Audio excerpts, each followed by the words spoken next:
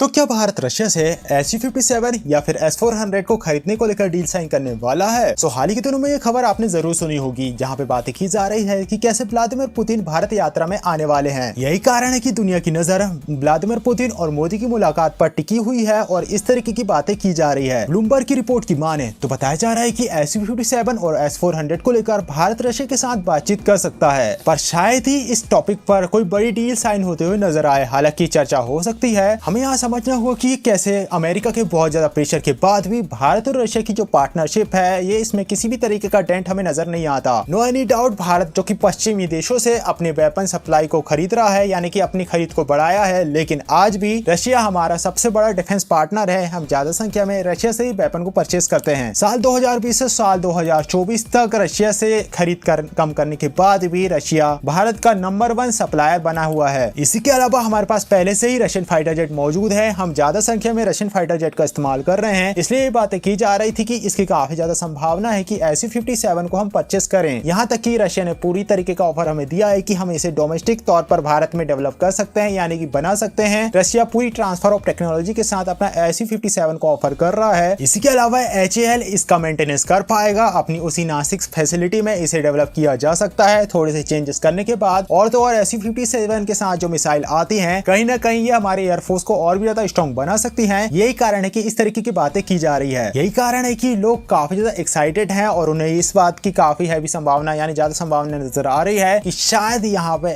Su-57 को लेकर काफी इंपॉर्टेंट बातें हो। इसी के अलावा अगर हम बात करें S-500 के बारे में, तो यहाँ पे S-500 का सब्स्टिट्यूट हमारे पास प्रोजेक्ट कुशा मौजूद है। वहीं प्रधानमंत्री PM मोदी जो कि मिशन सुदर्शन चक्र की बातें कर चुके हैं, जहाँ पे नो एनी डाउट प्रोजेक्ट कुशा काफी इंपॉर्टेंट रोल प्ले करने वाला है। कहीं ना कहीं S-400 का हम सब्स्टिट्यूट तलाश कर रहे हैं। ऐसे सिनेरियो में S-500 की परचेस को लेकर शायद ही कोई चर्चा हो। भारत अपने प्रोजेक्ट कुशा पर फोकस कर रहा है और अगर हम S-500 को परचेस करते हैं तो कहीं ना कहीं इसका नेगेटिव इंपैक्ट हमारे जो डोमेस्टिक डेवलपमेंट है प्रोजेक्ट कुशा, उस पर भी पड़ सकता है। हालांकि प्रेजेंट टाइम में S-500 को रशिया खुद ही पूरी तरीके से ऑपरेशनल मोड में इस्तेमाल नहीं कर रहा है। इसी के अलावा अगर चर्चा हो सकती है तो इसकी ज्यादा संभावना है कि यहाँ पे S-500 को लेकर चर्चा हो, क्योंकि अभी तक भारत के पास केवल 3 ही संख्या में S-500 मौजूद है, जबकि बात हुई थी 5 की संख्या में। नो एनी डाउट इस साल के अंत तक या फिर शुरुआत में ही हमें एक और यूनिट मिल जानी चाहिए थी, लेकिन रशिया जो कि यूक्रेन के साथ वॉर में उलझा हुआ है, ऐसे सिनेरियो में यहाँ पे चर्चा हो सकती है कि आखिर बाकी की यूनिट भारत को कब मिलेगी। इसी के अलावा और भी प्रोजेक्ट हैं, जैसे कि Su-30 MKI